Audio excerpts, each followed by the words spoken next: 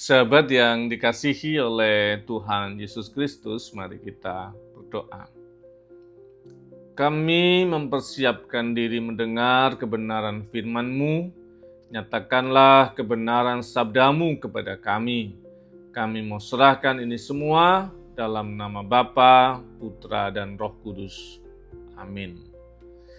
Sabda Tuhan terambil dari Kisah Para Rasul pasal yang ke-11, ayat yang ke-29 sampai dengan yang ke-30.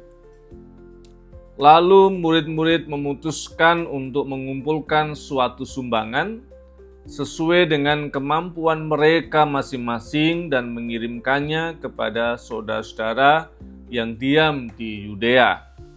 Hal itu mereka lakukan juga dan mereka mengirimkannya kepada penatua-penatua dengan perantaraan Barnabas dan Saulus.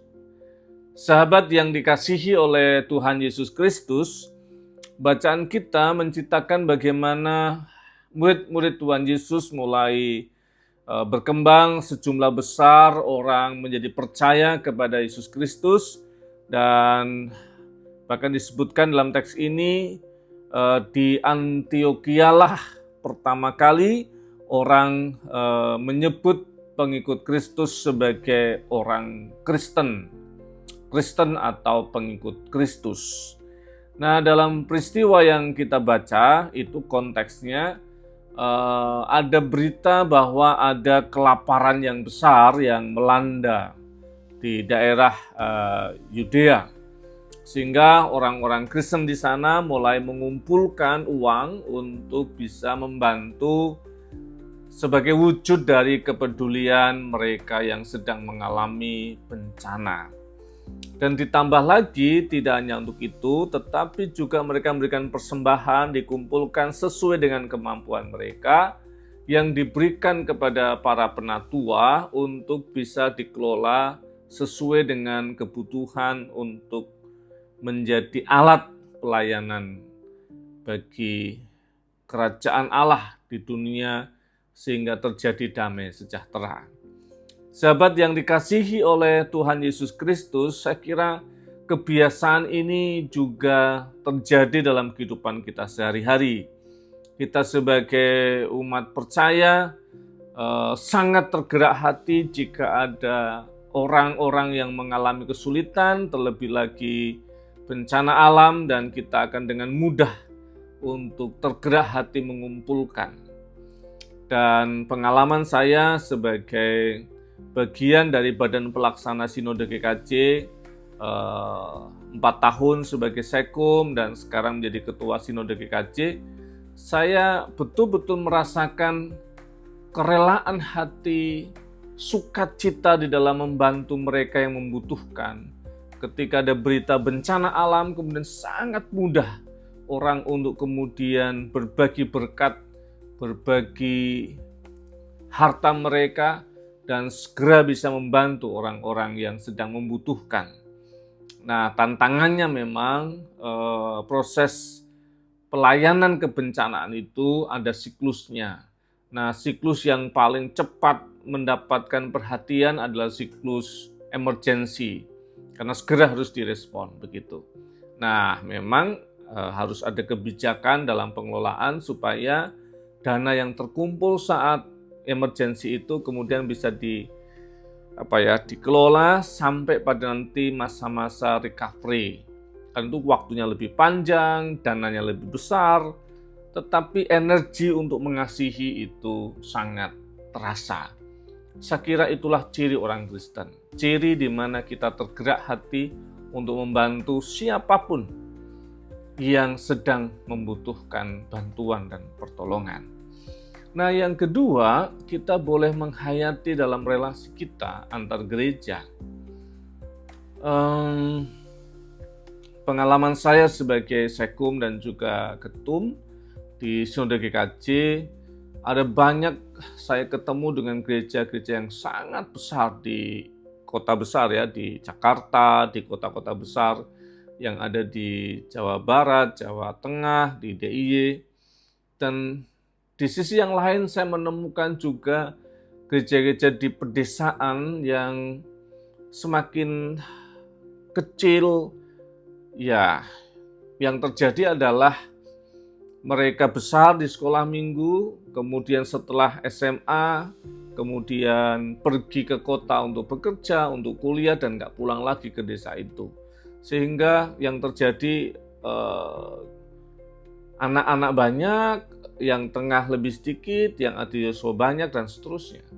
Sedangkan gereja-gereja kota itu seperti memanen dari apa yang ditabur, apa yang disemai oleh gereja-gereja di pedesaan.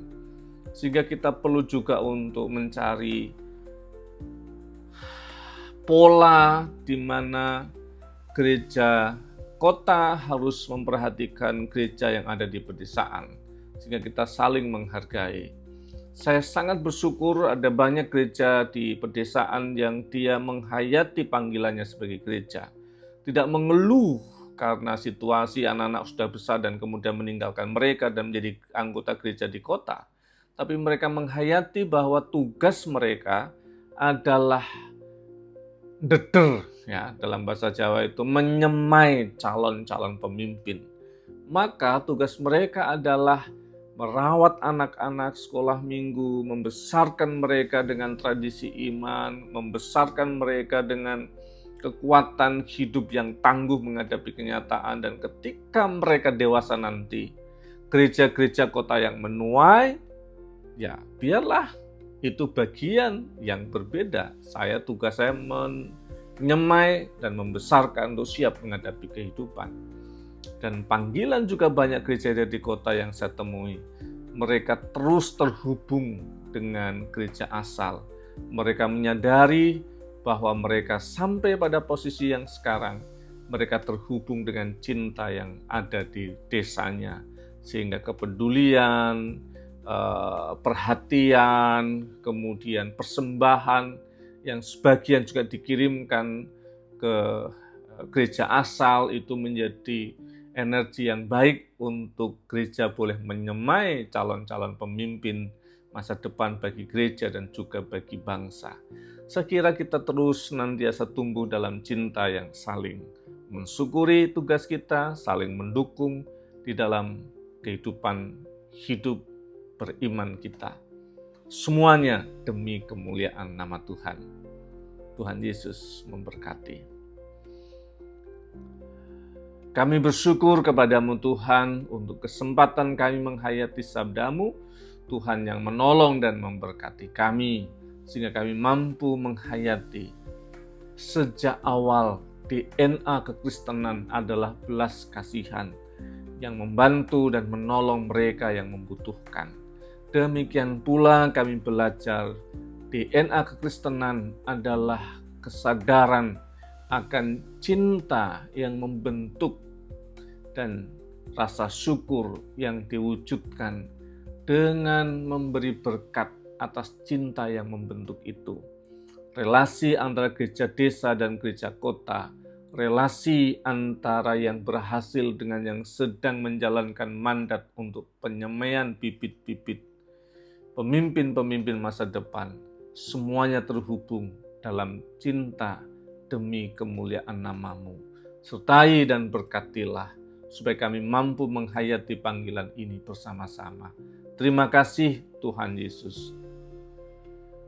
Kasih, karunia, dan damai sejahtera dari Allah Bapa kita dan dari Tuhan Yesus Kristus, penyertaan dan pertolongan Roh Kudus menyertai-Mu dalam nama Bapa, Putra, dan Roh Kudus. Amin.